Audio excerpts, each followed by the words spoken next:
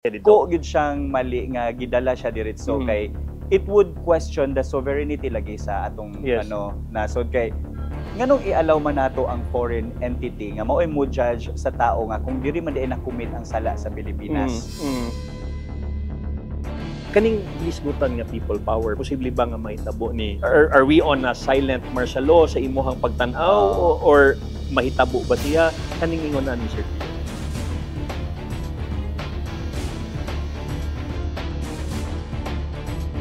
Wala na ko'y kahadlok sa ila kung unsa ilang ingon sa ako because I know my truth.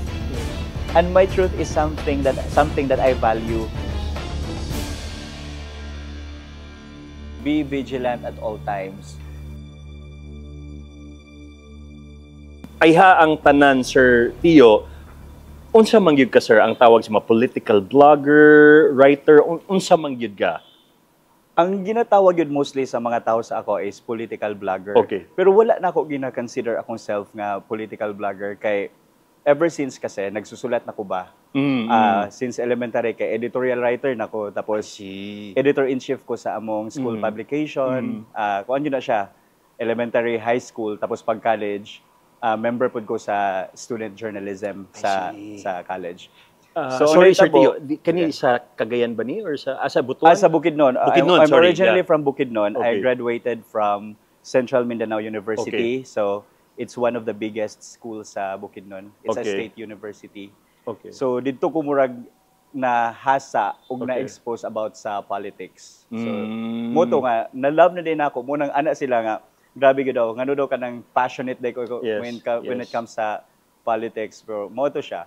And dito nagsugod tanan. Right now, I mean, not really right now, but nagpursue ka og law dinhi sa Davao, tama ba, Sir Tio? Pero sa pagkakaroon medyo ni stop sa ka because you are focusing on helping the community in terms of information dissemination sa mga panghitabo.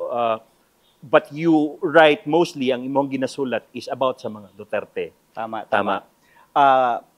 Ang political leaning yun ako, call is sa mga Duterte. Okay. And it's not because I'm a blind follower of the Duterte family. It's because nakita na ako ba nga ang policies nga ilang gibuhat halimbawa diri sa Davao ug sa kay former president sa entire Philippines. These are the policies ba nga ako rang ginadream bitaw atong bata pa ko. Halimbawa kanang sa war on drugs kay sa Bukidnon, grabe ang mga drug addicts. Grabe gid siya Colchito. Tapos kato nga pag sugod sa tukhang, murag na limpyo ba, murag na reset bitaw ang province. So dito na ako na-realize nga, I should support this person. Kay ang policies nga akong ginadream lang before, naabot, nabuhat niya, na-execute pag yun. So mao na ang sinugdanan as to why you support Tatay Digong. Tatay Digong.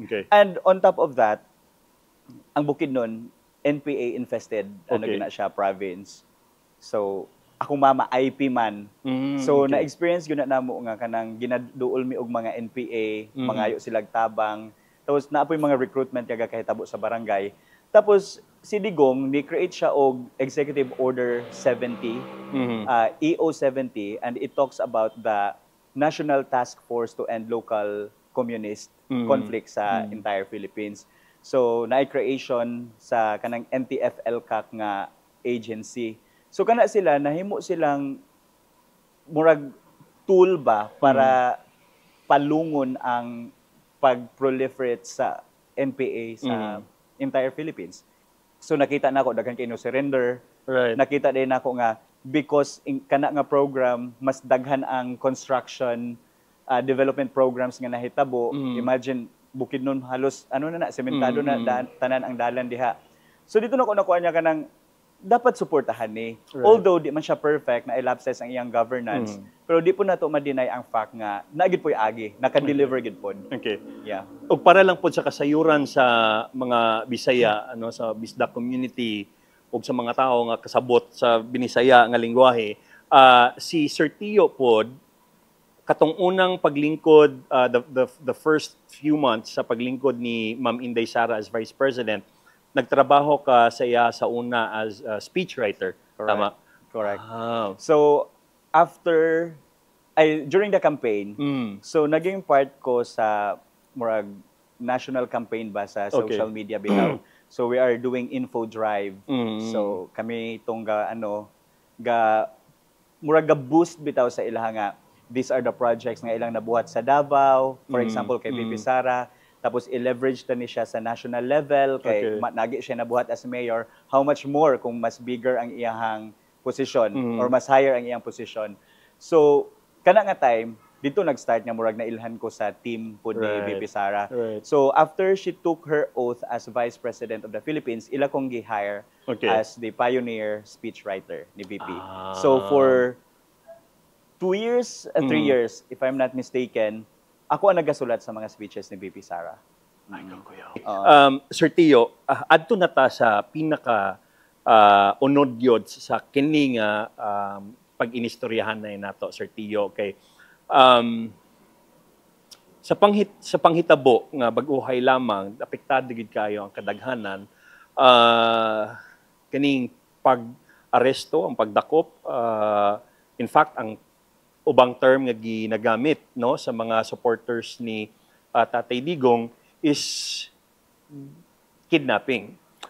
Tagai daw mi og in a layman's term lang gyud, Sir Tio, o dili ta mo gamit og kung kaya nimo nga di ta mo gamit og grabe ka bugat kanang mas masabtan gyud maayo sa especially sa mga masa.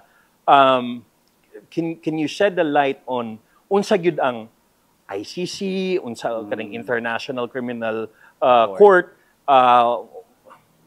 I think hibaw naman gid siguro ang kadaghanan no nga kani mahitungod ni sa war on drugs ni Tatay Digong.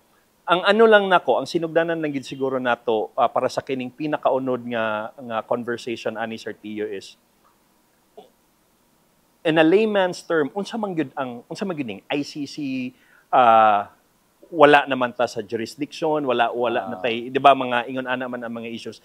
Tagai daw pasabta daw mi ani Sir Tio. So ang kaning ICC, International Criminal Court, it's an international entity court nga ang ilahang task lang gyud kay gina-investigate nila ang mga crimes against humanity. Okay. So including na ana ang kanang ilang ginatawag nga extrajudicial killing, EJK, kanang sa war on drugs. So mostly ang ilang target ana kay mga human rights abuses nga gakahitabo within a certain state.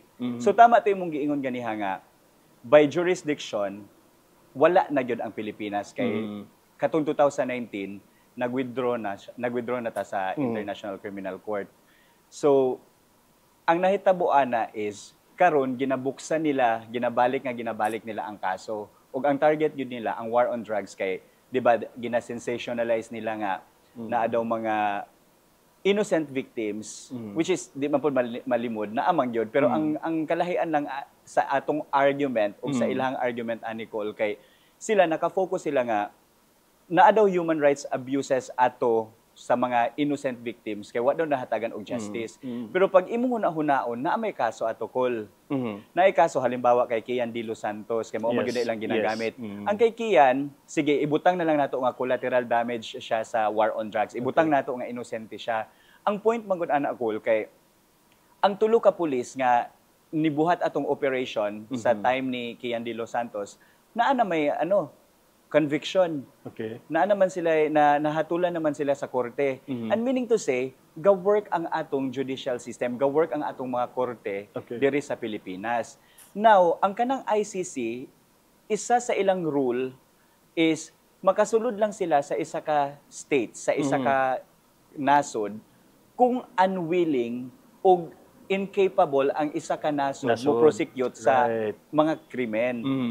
Pero kung imong hunahunaon naaga ni hustisya ang nahatag kay Kian D. Los Santos, meaning to say, capable ug willing ang atong mga korte diri sa Pilipinas. Nganong gipasulod? Diha nag-start ang conflict. I see. Nganong gipasulod pa nila nga ni-withdraw na ta, wala na sila by jurisdiction, wala na sila i-coverage sa atua. Pero karon gipasulod balik ug karon naaresto si Tatay Digong. So legally speaking, sa kanang pag nga hilisgutan, Sir Tio, dili siya legal ang pag-aresto kay Tatay Digong? Mauna karon ang gina-argue sa mga lawyers ni Tatay Digong Cole kay naman gud po yung legal basis ang ilahang mga arguments, ang ilang mga petition.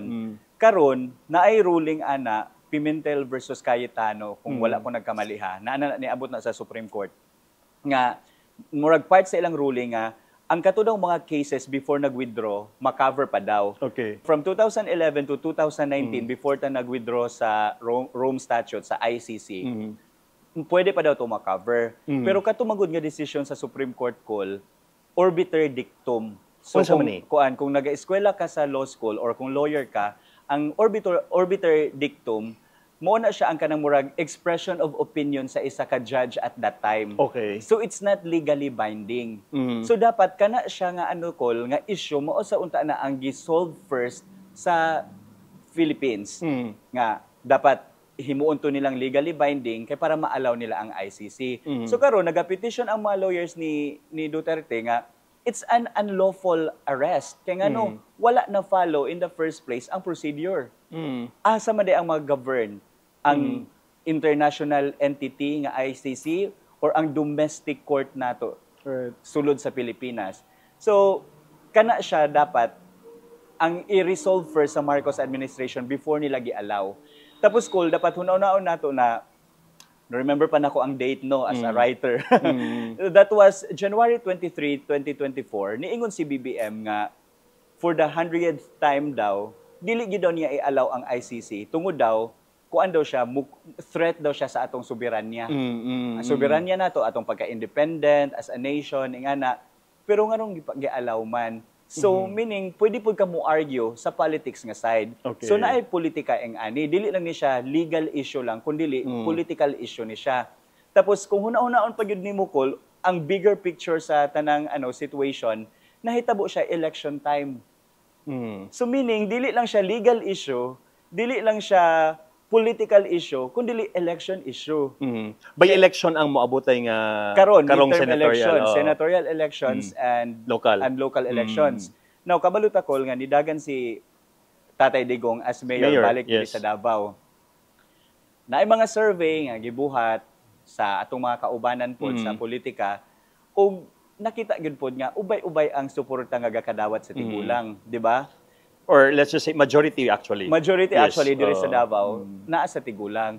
So para sa ako lang this is my opinion. Yes. Don't take it against the show. Ang sa ako lang pod kay murag it's their way ba nga ilang hawaon sa equation si Tatay Digong. Okay. Kay para easier sa ilaha sudlon ang pinaka stronghold sa mga Duterte. Kay kabaluta nga ang Davao City, although na ay mga small chunk of the city nga dili mga pro Duterte, pero majority of the people gyud they support the Dutertes. So kung dili nila ma-weaken or kung dili nila mapahina ang political base sa mga Duterte. So for the next years, klaro ka nga sila pagyapon ang magdumala sa Davao. Right. So munang karon ila yung hinay-hinay og tanggal sa equation. So Sir Tio, sama si mo ang giingon, most likely kanipod muraog, let's just say posible nga ginaduot ang pamilya Duterte sa mga panghitabo karon because of the upcoming election. Dili para sa ako dili gyud posible. Mao gyud ang ilang mao gyud ang gakahitabo. Mao gyud ang gakahitabo Okay. kay kung public service lang ta, kay kung serbisyong publiko lang atong istoryahan diri. Nganong atakehon man ninyo ang vice presidente? Right. Tapos nganong apilon man ninyo ang mayor diri nato nga si Mayor Baste, di ba? Kung serbisyo publiko, unsa day dapat ang focus sa serbisyo publiko? Yes. Ang focus is to resolve the problems nga atong kita karon. Halimbawa, hunger. Say hunger dali lang. Gutom. Halimbawa, gutom. Walay trabaho. Unsa pa ba? Taas kay nga mga presyo sa mga palitunon. So kana unta diha sila nag-focus. Right. Pero ngano ang focus man karon Col kay Quadcom hearing about the war on drugs. Okay. Unsa pa to hearing about sa budget ni VP Sara. Di ba? Kanang murag diha ka makaingon daan niya, mao gyud ang plan. Okay. I-eliminate nila ang mga Duterte kay sila man gyud ang pinakadakong babag para sa karong midterm election and sa upcoming 2028 presidential election. Yes. Now, ko'y pangutana about ni Ana ang pagdagan ni Tatay Digong sa pagka-mayor sa Davao City. Pero unya na gusto sana ko kumustahon karon ang kahimtang ni Tatay Digong. As right now, it's karong adlaw Wednesday. Mao na nitong adlaw kagahapon to nahitabo tong pagkuha sa iya pag-aresto, pagdala sa iya sa Netherlands sa pagkakaron kung sa news subayon nato naa siya sa Dubai, tama ba? Nag-stop over sila sa Dubai. Ang ako alang Sir Tio kay na kay direct connection sa kauban ni Tatay Digong karon nga nagahatag og information sa inyo o wala? Cool, dili ko makaingon nga direct connection, pero na ako'y kaila nga naga-feed og information nga, kung kumusta na siya. Nga naapod sa always sa gilid ni Tatay Digong. Okay. Naay ni gawas nga balita kaganiha nga adunay statement ang usa ka si attorney si pangalan nato? Castro nga unsa man tong statement nga kinahanglan atubangon sa ang kani nga kaso dinhi sa ato ang nasod. Nya gipalupad naman si Tatay Digong. Unsa man ni siya Sir Tio? To be fair lang po kay Attorney Claire Castro sa PCO, tama yang argument. Okay. Mo niya akong giingon ganiha sa imuha Cool nga daghan kay legal issue nga unahon sa unta og resolve sa sulod sa atong nasod before unta gipadala si Tatay Digong. So dakong mali gyud nga gikuha siya dito. Ko gyud siyang mali nga gidala siya diretso kay it would question the sovereignty lagi sa atong nasod kay nganong i-allow man nato ang foreign entity nga mao'y mo judge sa tao nga kung diri man diay na-commit ang sala sa Pilipinas. Di ba? So posible ba nga mobalik si Tatay Digong kay mao ni ang ginaatangan sa mga tao Sir Tio? Base na lang sa imuhang pagsabot. I'm sure because you've gasulat man gyud ka about sa ilaha. I think kahibaw ka sa dagan pod, di man kahibaw, but maybe you have a knowledge on unsay panagan silang pangutong ani nila Tatay Digong sa mga Duterte. Ang ginaano lang sa mga tao gyud is kay ang imuha mga post mo ano man sad ka nga murag kay gusto nimo murag dili nimo gusto nga magpanic ang mga tao. Murag relax lang. Murag tatay is you know ingon ani si tatay kusgan man si tatay or smart whatsoever. Ang pangutan na lang yun ako, Sir Tio, is alanganin ba karon ang sitwasyon ni Tatay Digong sa pagdala nila dito sa iyaha sa Netherlands? Karon para sa ako 50-50. Kay nagka-istorya man mi last time, nagkasabay mi sa isa ka event ba. When it comes to the intellectual aspect, grabe pa yun ka-sharp ang tigulang. Yes. Kanang di pa yun mo siya malusutan. Kanang naagi unod tanan mugawa sa iyang ba. Pero when it comes to the physical aspect, mo nang moingon ko nga diha ta mag-worry. Diha ta mag-worry gamay kay tiguang naman gid pud siya. Di ba pud nato madinay ang edad niya 80, di ba karong March 27, di ba? 28. I'm not sure sa birthday yun niya ha. Pero karon niya bulan 80 na si Tatay Digong. So medyo na gyud siya hina physically. So diha ko na worry gamay nga aspect kay although makaya niya laban, makasukol siya in terms of for example the legal aspect or kung paano niya malusutan ang mga accusations against him, pero sa lawas sa physical nga aspect murag diha ko makaluya. Mo nakahila ko actually gahapon, nakita na ko ba lalo na tong nihigda na lang siya with oxygen, sakit kay sa buot niya ing ana. Yes. So 50-50 ang imuha lang gina well dili man lang ikaw ang mga tao ga worry magyud sa health niya pero posible ba balikon ako ta akong pangutana kaganina Sir Tio. Dako ba ang tsansa nga makabalik anytime soon si Tatay Digong sa tuwa? Ako kung buhaton sa Marcos administration ang tama ug ang legal nga pamaagi, posible gid siya nga makabalik. O dapat gani unta wala na siya gipadala to begin with. Ang problem lang yun karon Col kay abusado sila ba. Nakita man nato sa mga previous nila nga mga stint. Halimbawa kay Kiboloy, sa KOJC, sa kay VP Sara o sa iyang Chief of Staff. Nakita man nato. Tapos kung nabuhat gani na niya sa kana nga mga tao, how much more ang tiguang na, di ba? Okay. kanang medyo hina na physically. So diha ra pud ko nakuha niya kung buhaton gyud unta sa Marcos administration ang legal ug ang tama nga pamaagi, makabalik gyud.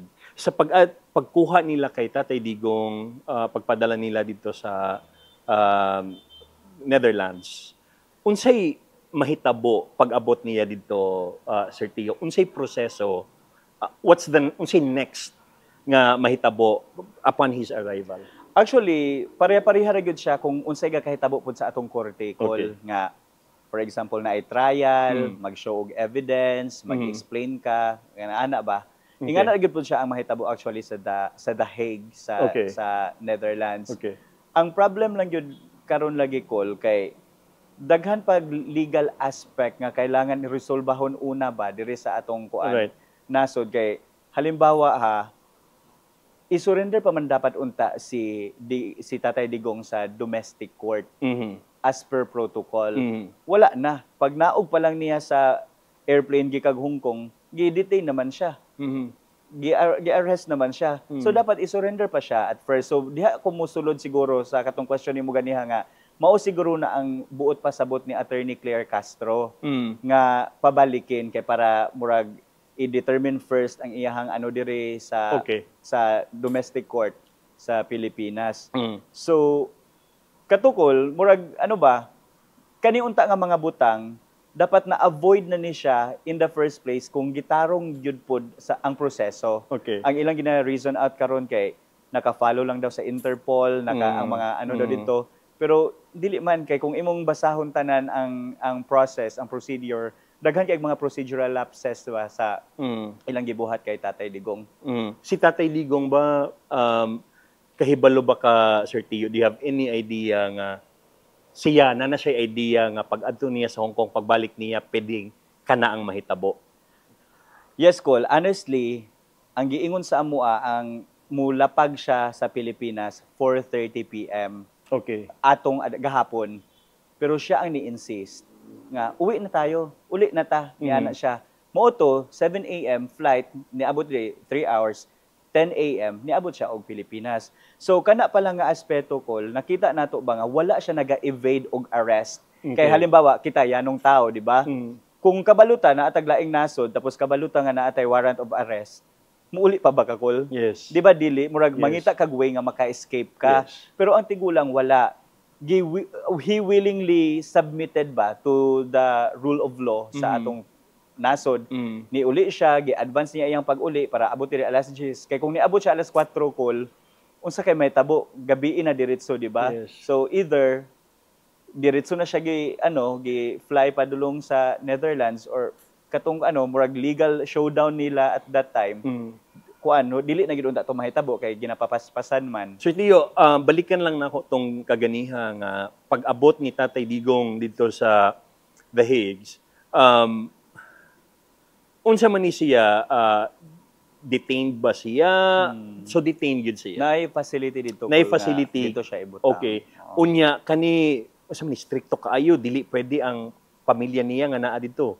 Kada nga aspect ang wala gyud pod nako nakita Col kay naa mo gyud difference gyud kung unsay nakasulat sa paper o the way nila i-implement, di ba? Kay halimbawa pareha gud diri sa ato agyapong nasod nya ani dapat ang naaresto pero pag abot di ay kay di ba na agyapoy maltreatment nga mahitabo.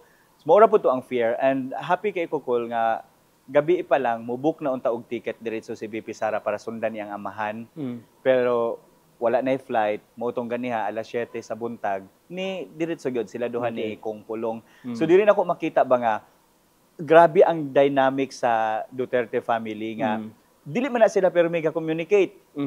Kanang buhat na sila sa trabaho. Buhata imong trabaho as mayor diri Baste, ikaw Pulong as congressman, ikaw Inday as vice president. Ako diri private naman ko nga wala na sila kanang murag permi bitaw mag-contact kay Pero dito nako nakita nga grabe sila ka united nga bisag magkinaunsa gyud di ay dili na pasagdan ang tigulang. Tapos nakita pod nako nga ang clamor sa ordinary Filipinos ba wala may nag-organize school nga moadto sila mag-prayer rally, mo protest sila sa street. Wa may nag-organize. Na-shock na lang mi nga gisugdan na mo sa Davao ang mga tao ni abot didto nagdagkot og kandila, nagpray.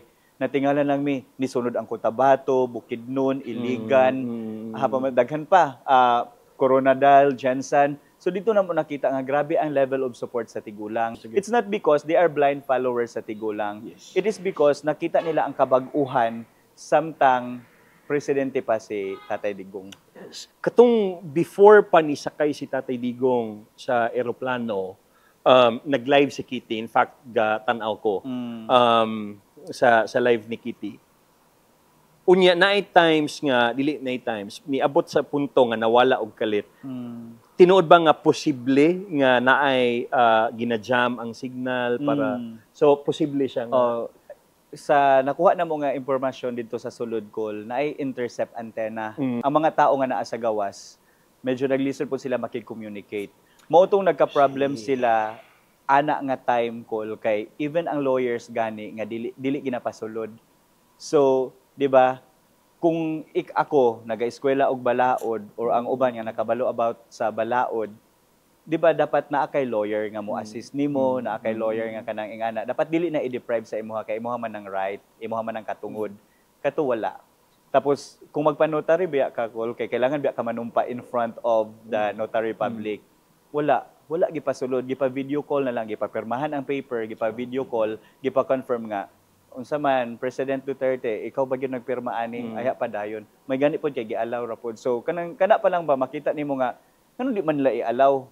Nga ang kailangan naman nila kay strict security protocol kay pwede naman nila ipasulod ang abogado para mag-take og oath si di ba? Yes. Si President Duterte pero wala gipasulod. So even the doctor wala pod gipasulod. At first wala gipasulod ang doktor pero katong time nga nakita nila nga nitaas na ata ang glucose sa tiguang, ay pa ata nila gi-allow pagpasulod. Ang paglupad ni Tatay Digong on the way sa The Hagues, kinsay kauban gid niya? Isa ka nurse. May nurse. Na isa ka nurse. And supposedly ba enough ra ang nurse or kinahanglan unta nga na ang iyahang naagid unta iyahang full team nga nagabantay sa iyang call kay di man gyud po nato ma-deny former president man siya, privilege man na niya, tiguang na pagyud siya. So gitanggalan siya aning gitanggalan tanan apil ang security personnel niya. Paglapag pa lang sa airport, gi-divide naman. Mao to ang nabilin lang si Kitty og si Madam Hanilet nga naa sa likod ni Digong. Ang katungang security walay access sila para mutagbo kay Tatay Digong. So mo tong niingon ang tigulang nga i-answer gyud ninyo sa Filipino people. You should answer about the deprivation of liberty. Ngano inyo man kung gina-deprive ani akong right, di ba?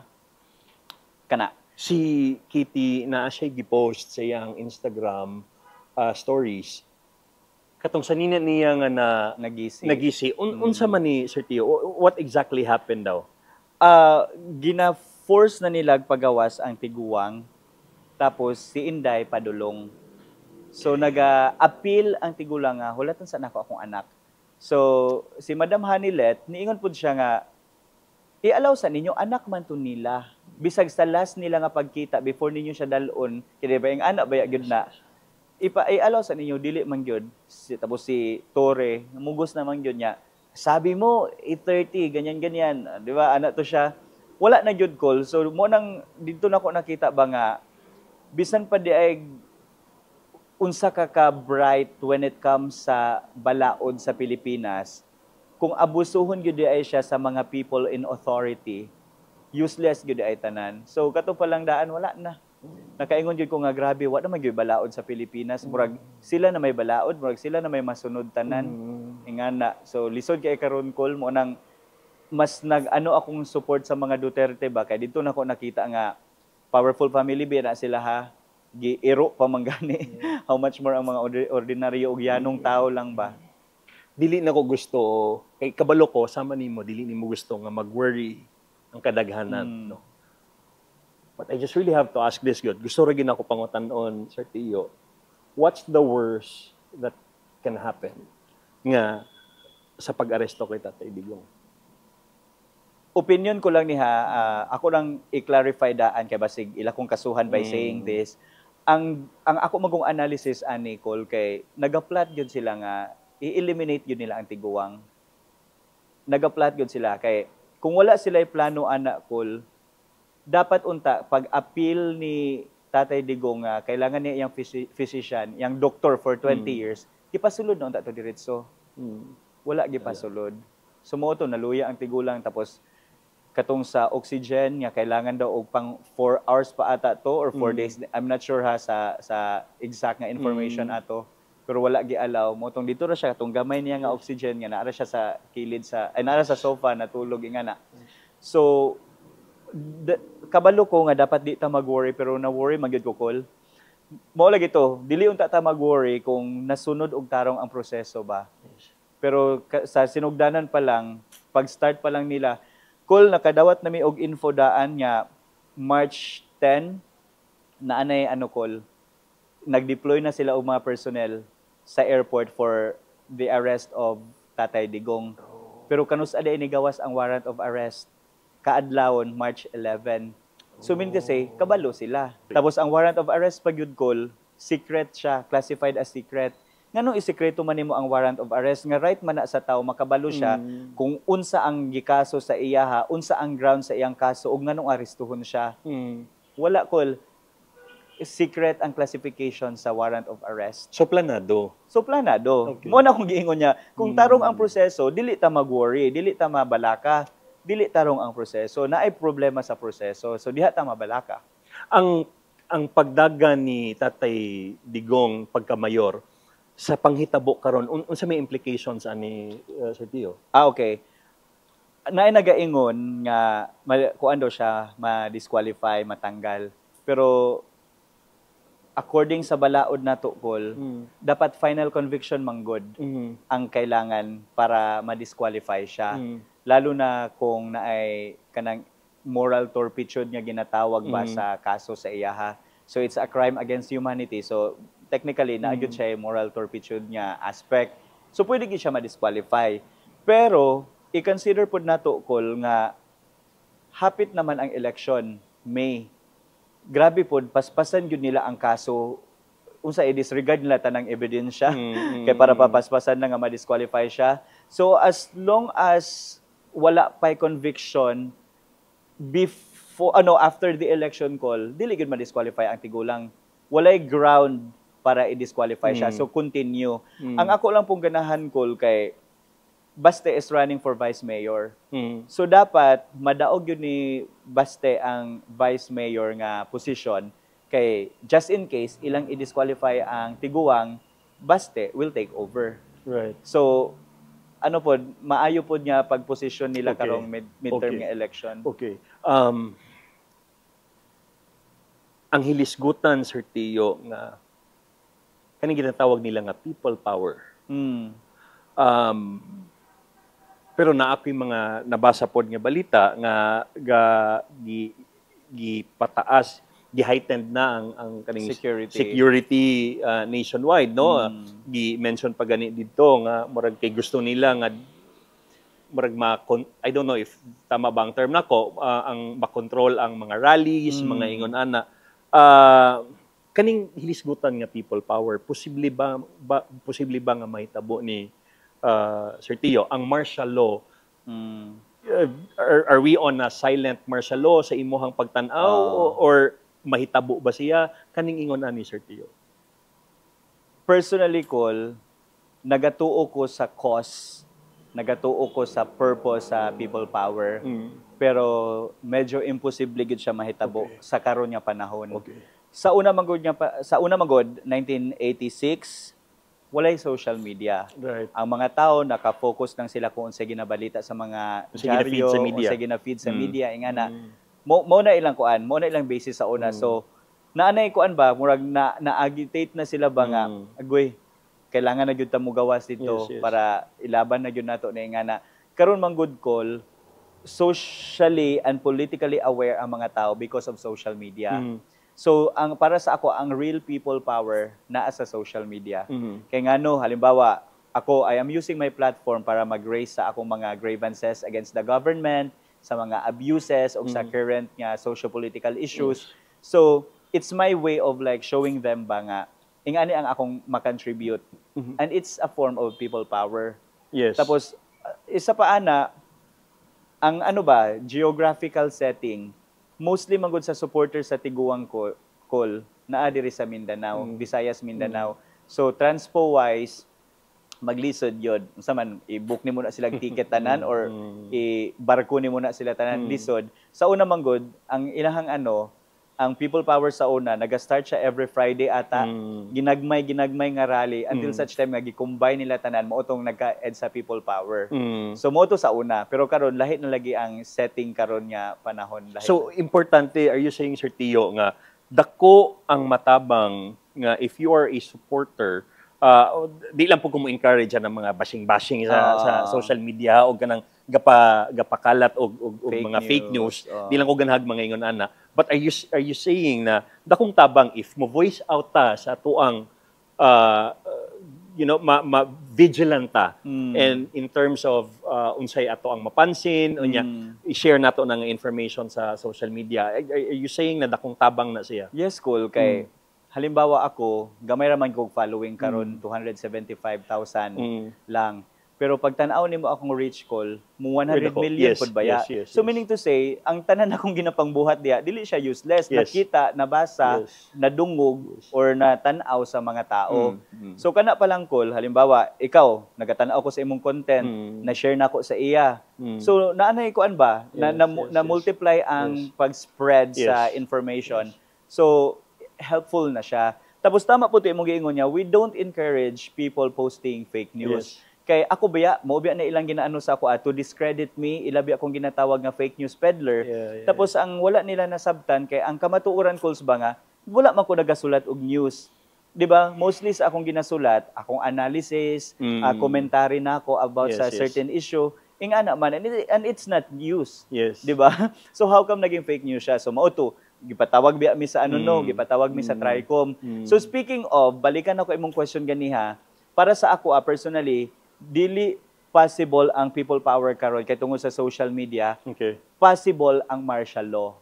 Possible ang martial law. And mo to, pwede po nako maingon niya karon na atay silent martial law. Halimbawa kami call katong gipatawag sa Tricom. Nganong imo man gina-target ang mga Duterte supporters? Kay kung ang inyo daing himuon nga balaod about sa fake news peddling sa Philippines, paano siya ma-regulate, nganong ang mga supporters lang ni Tatay Digong, mga Duterte-aligned vloggers, supporters lang ang gipatawag.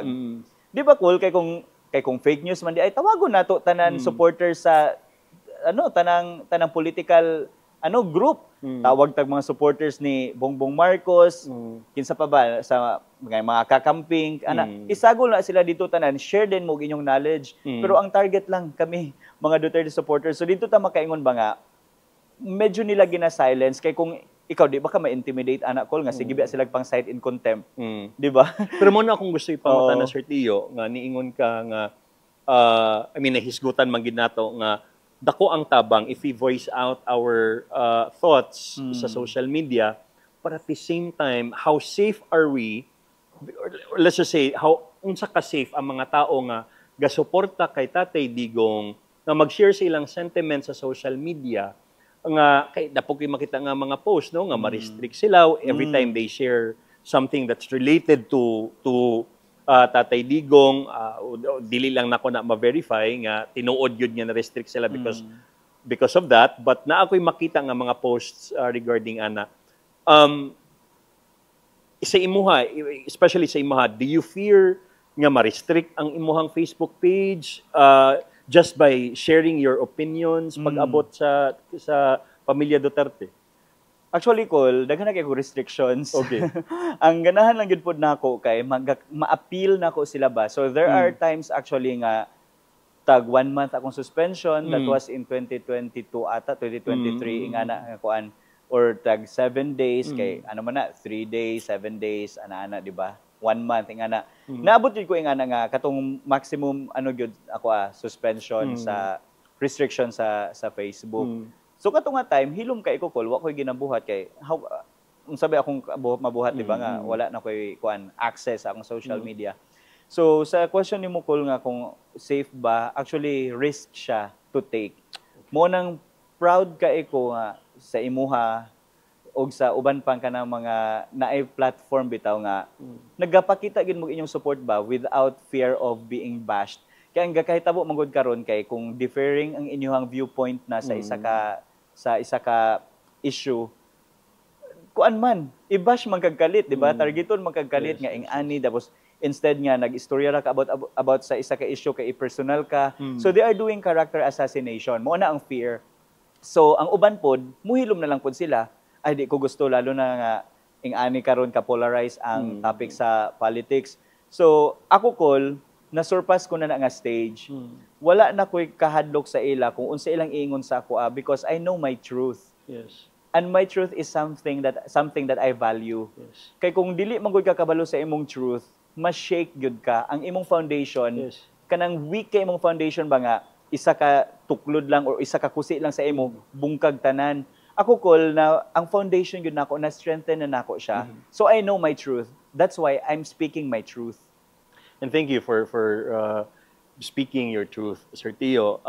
Sa masong giingon, ako pag mangita kog updates about sa mga panghitabo, always good na nga imuhang pangalan akong ginatype and para lang ma-prove na ko na sa imuha. Moadto kas ako ang mga search perminti mo gina na Tio Moreno. Ayo. Always gyud ko ko mag-search. I mean isa ka sa ko ang mga gina-search pag mangita ko og information about sa mga panghitabo. Before na lang tama human, Sir Tio, naingon si Tatay Digong katong naa pa siya Villamor Air Base before siya gipasakay regarding murag di na siya mahadlok mga mamatay. Di nako ma-recall ang verbatim gyud nga pagkasulti niya but di man sa ingon nga gusto niya pero ikapasalamat niya if tama ba ko mo to yung gingon nga murag ingana ang dagan ato nga istorya niya nga mohano siya when katong nadunggan nimo ni pagstorya niya sige ba nihila ko actually nihila ko it's not because kanang emotional ko nihila ko ba kay ang tao nga akong gina-idolize, ang tao nga dako kaayog factor why I'm speaking up publicly about my thoughts and opinions. Kana bitong natanggap na niya iyahang faith. Kanang kasabot ko nga tiguwang na and he has done so many things sa atong nasod. Pero ang murag di pa ko ready actually call nga ingana na ang iyahang mga linyahan because kung ang problema mo lagi karon call kay ang gakakita sa uban ang tanang negative aspect ba sa iyang presidency, sa iyang leadership. Ang ako ang ginatan-aw gyud, ang goodness nga iyang nahatag sa Pilipinas. I felt safer during Duterte's time. Pero karon the same thing I cannot say sa administration kay murag lisod magduha-duha ta.